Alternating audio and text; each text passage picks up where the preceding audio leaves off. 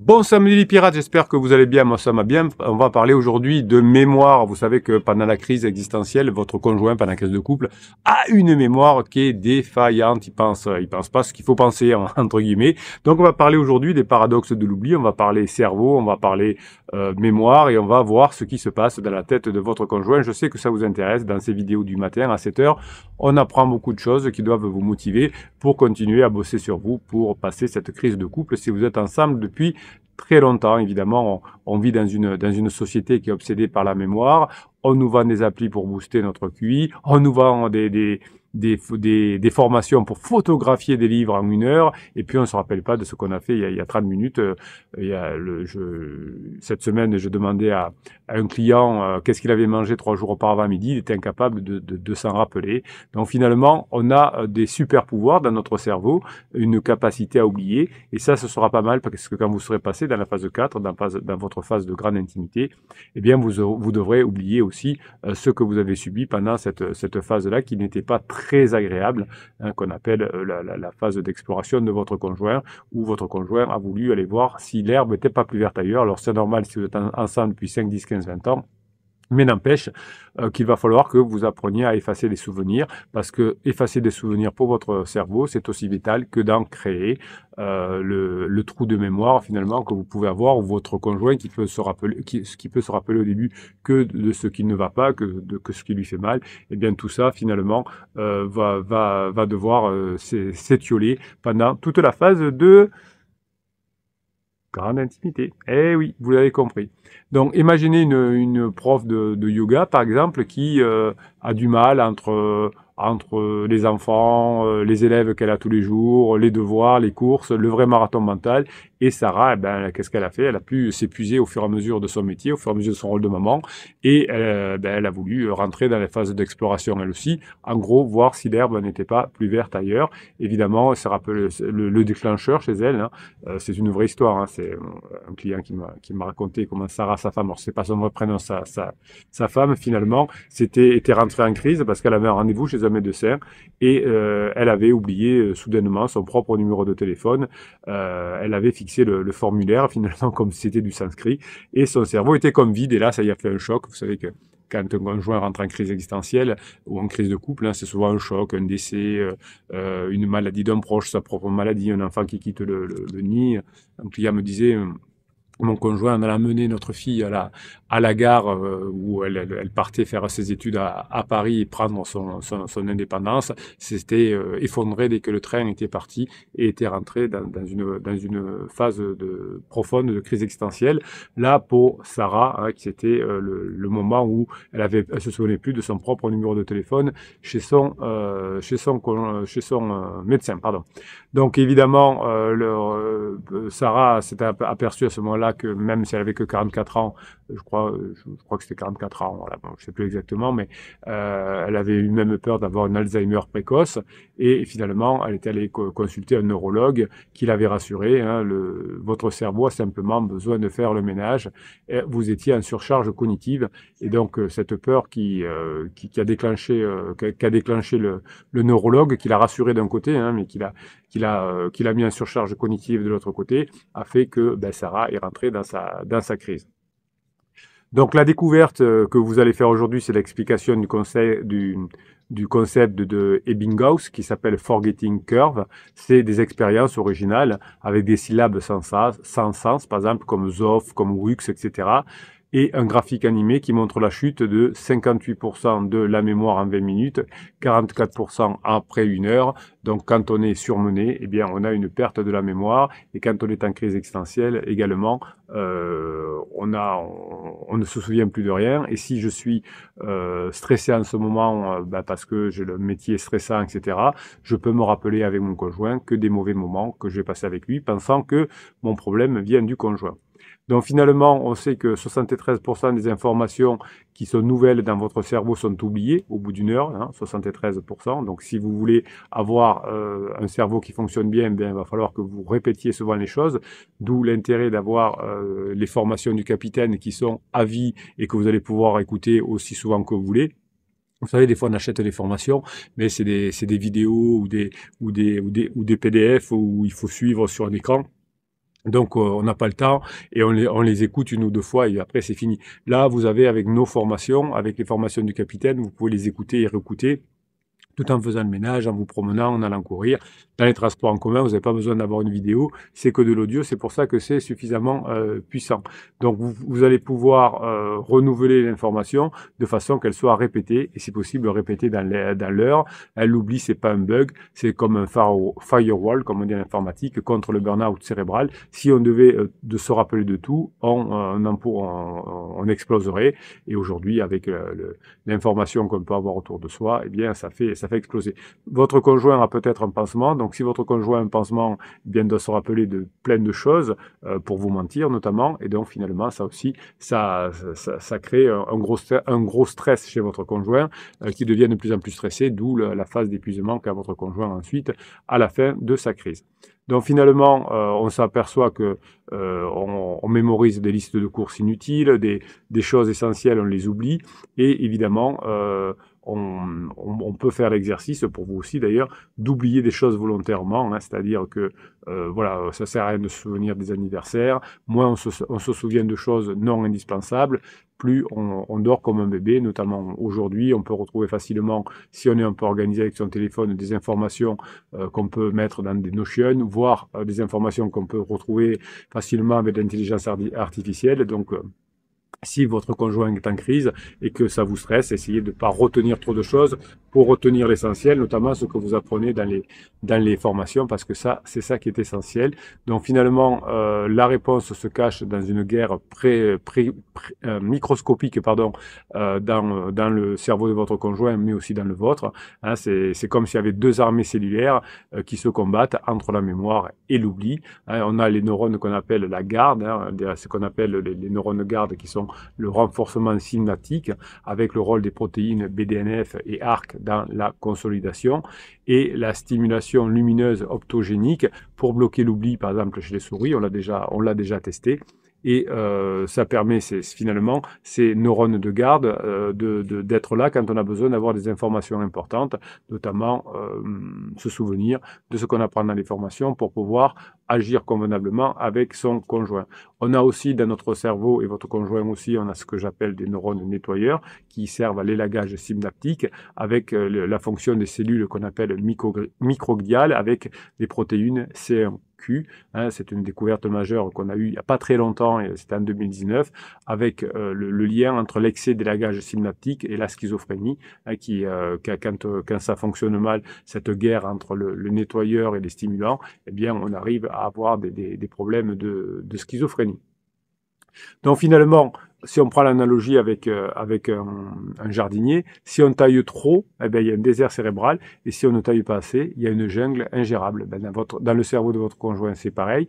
Donc au moment de la crise existentielle, il va devoir élaguer plein de choses qu'il avait appris pendant toutes les phases de jeune adulte, par exemple, et qui ne le servent plus à rien. Et donc cette phase d'élagage fatigue énormément votre conjoint. Il y a plein d'informations qui sont élaguées dont il ne se souvient plus. Vous vous souvenez effectivement de votre voyage en Grèce où ça s'était bien passé, et lui ou elle, comme actuellement il n'est pas bien, ne se rappelle que des mauvais souvenirs, et donc les bons souvenirs ont été élagués. Hein. C'est pour ça que vous ne vous souvenez pas des mêmes choses que de votre conjoint.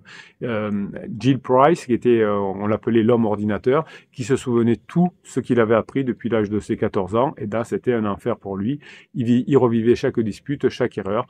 Donc vous allez effectivement passer à côté du trouble stress traumatique avec des mécanismes d'oubli qui sont possibles, que vous allez mettre en place petit à petit. Donc vous allez vous concentrer sur ce que vous avez bien fait, sur les bons moments passés à votre conjoint. Donc vous allez les marquer le soir sur un papier, sur votre téléphone, et vous allez le relire souvent.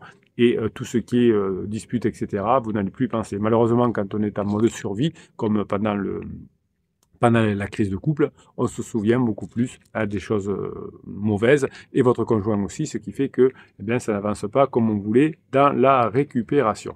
La privation de sommeil, notamment, accumule les déchets synaptiques, c'est-à-dire que moins vous dormez, moins vous arrivez à élaguer les mauvais souvenirs. Donc effectivement, vous êtes bien placé pour savoir que pendant la crise de couple, malheureusement, vous dormez mal, et votre conjoint aussi. Donc finalement, cet élagage des souvenirs non indispensable. Hein. Souvent, vous me dites en coaching, il y a 6 mois, mon conjoint m'a dit qu'il m'aimait plus. Quand je creuse, eh bien, je m'aperçois qu'il vous l'a dit il y a 6 mois, mais une fois, il vous l'a pas redit. Mais ça reste, on n'a pas réussi à faire l'élagage parce que ça tourne en rond, évidemment. Donc, la découverte, finalement, des neurohypnoses, la mise en place des 15 minutes de neurohypnose minimum par jour, vont vous permettre d'augmenter l'efficacité de l'élagage de 40%. Donc, plus vous allez faire de séances de neurohypnose, mieux vous allez vous comporter. La neurohypnose, je vous rappelle, ce sont des fichiers que je fais spécialement pour vous, que je vous offre dans chaque formation. Il y a 270 formations que vous retrouvez en descriptif de cette vidéo dans le affiché plus. Et cette abondance de formations, dans les 270 formations, il y a 270 fichiers différents de neurohypnose qui vous permettent finalement de mieux dormir, d'élaguer les informations qui vous font souffrir pour pouvoir oublier quand vous serez passé dans la phase 4. Et plus vous aurez des bons souvenirs avec votre conjoint, plus vous aurez un comportement remarquable et votre conjoint, évidemment, si vous avez un comportement remarquable, va plutôt se rapprocher de vous. Donc on sait que les personnes qui guérissent le plus vite sont celles qui oublient le plus vite, hein, qui passent le plus facilement en phase 4. Par contre, oui, on sait par exemple que les personnes qui pleurent, hein, c'est pas du tout négatif pour oublier. Le pleur fait oublier, hein, donc des personnes qui pleurent beaucoup, parfois ont un élagage qui est très efficace. Donc, si vous avez des souvenirs que vous aimeriez oublier, vous pouvez les mettre en commentaire. Ça vous permettra de voir finalement que vous avez des souvenirs qui ne sont pas très importants parce qu'ils ont été dits une seule fois, mais qui peuvent tourner en boucle dans votre tête et vous faire souffrir. Donc, si finalement on oublie, plus on oublie vite, plus on peut passer à autre chose. L'oubli accéléré permet notamment l'innovation culturelle. Alors bien évidemment, il y a des choses qu'il ne faut pas oublier, comme les guerres, les choses comme ça, pour pas refaire les mêmes erreurs. Mais vous savez que par exemple, un enfant apprend 10 mots par jour et en oublie 7. Sans ce tri, il serait impossible d'apprendre des langues. Ah, donc on apprend des choses, mais on en oublie. Donc le cerveau d'Einstein, par exemple, qui était un génie, révélait un hippocampe qui était plus petit que la moyenne, mais un cortex préfrontal hyper connecté. Agatha Christie, qui était atteinte de dysgraphie, oubliait des mots simples, mais construisait des intrigues complexes. Donc vous voyez que parfois le cerveau est bizarre. Donc plus vous allez faire de neurohypnose, mieux vous allez dormir, mieux vous allez effectivement pouvoir passer à une autre phase, être moins rancunier, et votre conjoint va effectivement voir que vous avez changé, et ce sera beaucoup plus facile pour passer dans la phase suivante. Donc, voir ces erreurs passer en boucle peuvent plonger dans une forme de dépression, hein, et vous pouvez, il y a des pirates qui disent sur le groupe Facebook, moi je crois que je vais abandonner, j'en ai marre, mon conjoint il fait que des bêtises, etc. Donc si on n'oublie pas, évidemment, on ne peut pas survivre au couple. Donc la statistique d'oublier finalement, 68% de nos souvenirs quotidiens sont des distorsions et ou des inventions complètes. Eh bien, chez votre conjoint, hein, c'est une étude de 2023, eh bien, les souvenirs qu'a votre conjoint et vous avez des souvenirs différents, vous ne vous rappelez pas des choses. Alors, soit parce qu'il y a une distorsion, soit parce que, on va prendre notre voyage en Grèce. Dans le voyage en Grèce, eh bien, il y a des plus et des moins. Si je suis énervé aujourd'hui, je me rappelle plutôt des moins, et si je suis de bonne humeur, plutôt des plus. Donc, vous voyez que déjà, on a des distorsions parce que c'est mal engrammé, c'est mal enregistré, et parfois, on ressort l'information, on la re-rentre, donc ça fait une distorsion. Et en plus, en fonction de l'humeur du jour, eh bien, les souvenirs, je ne vais pas piocher les mêmes. Donc, quand votre conjoint est en crise, eh bien, il va évidemment aller chercher des souvenirs qui le font souffrir. Donc, ce qu'on appelle le dark side de l'oubli, hein, c'est ce que vous allez devoir mettre en place pour pouvoir sauver votre couple. Eh bien, c'est comme si vous subissiez un lavage de cerveau. Vous savez, dans certaines sectes, il y a des salopards qui font des techniques de lavage de cerveau avec des privations de sommeil, répétition de mantras, comme si on hackait finalement le cerveau. Eh bien, vous pouvez avoir un oubli forcé finalement en faisant des états modifiés de conscience, en faisant du sport, en pensant à autre chose. Évidemment, ça vous évitera d'avoir d'être manipulé. Aujourd'hui, les algorithmes des réseaux sociaux exploitent votre tendance à oublier les fausses informations et vous proposent toujours les mêmes informations, puisque le but d'un algorithme, c'est de toujours vous garder avec vous. Donc, si vous aimez les informations, même si elles sont fake, eh bien, c'est pas grave pour l'intelligence artificielle, pour l'algorithme des réseaux sociaux. Eh bien, on va continuer à vous proposer de la propagande, par exemple, complotiste, même si on sait que il y a des chances que ce soit pas vrai, parce que vous aimez bien regarder ça. Donc finalement, le syndrome de l'oubli compulsif va vous permettre d'échapper au burn-out ou en tout cas à la fatigue émotionnelle. Vous allez apprendre à devenir maître de votre oubli, évidemment, en ayant, comment dirais-je, en notant ce que vous voulez retenir, eh bien vous oublierez ce que vous voulez oublier. Donc tous les jours, vous allez noter les bonnes nouvelles, vous allez noter ce que vous avez pris en formation, le bon moment que vous avez passé avec votre conjoint, vous le notez sur votre téléphone, vous le notez sur un cahier, vous le relisez fréquemment, et à force de relire ça, vous allez voir que la situation va s'améliorer, parce que vous verrez aussi la situation s'améliorer, puisque vous aurez oublié les mauvais moments et vous aurez les bons moments. Si vous êtes en colère, si vous avez peur, si vous êtes triste, eh bien votre conjoint sentira un mur entre vous et lui, donc ou elle. Donc plus vous êtes triste, plus vous êtes en colère, moins vous y arrivez. Si vous êtes triste, en colère ou si vous avez peur, c'est que vous vous souvenez souvent des mauvaises choses. Donc en notant toutes les bonnes choses à mettre en place, vous allez y arriver. Votre conjoint a une mémoire défaillante, votre conjoint voit les choses qu'il arrange, entre guillemets, bien vous aussi, vous allez faire ce qu'il faut, mais vous, à la différence, vous allez faire ce qu'il faut pour passer en phase 4 du couple. Si vous avez besoin de vous former, vous avez une formation notamment parmi les 270 sur le sommeil. Hein, vous savez que le sommeil est important. Vous avez des formations sur le FT ou le MDR qui vous permettent d'élaguer les mauvais souvenirs. Vous avez la formation de cette semaine qui vous permet de poser des limites à votre conjoint, parce que si vous avez plus peur de lui, vous pourrez poser plus facilement des limites, et vous pourrez aussi vous poser des limites. Voilà mes pirates adorés, je vous souhaite le samedi que vous méritez. Je vous kiffe. C'est important, ces vidéos du matin à 7 heures. Ça vous apprend des choses, ça vous donne des informations et ça vous donne la grinta pour mettre en place ce que vous apprenez dans les formations et les coachings. Je vous rappelle que quand vous avez fait les formations et les coachings, vous pouvez aller sur le groupe Facebook des pirates, hein, toujours dans le lien qui est en descriptif de cette vidéo, et vous pourrez aller poser des questions à des pirates plus avancés que vous pour pouvoir mettre en application les formations et revenir en couple et passer en phase 4. Merci pour ce que vous êtes, mes pirates adorés. Bon samedi, je vous kiffe et je vous kiffe grave.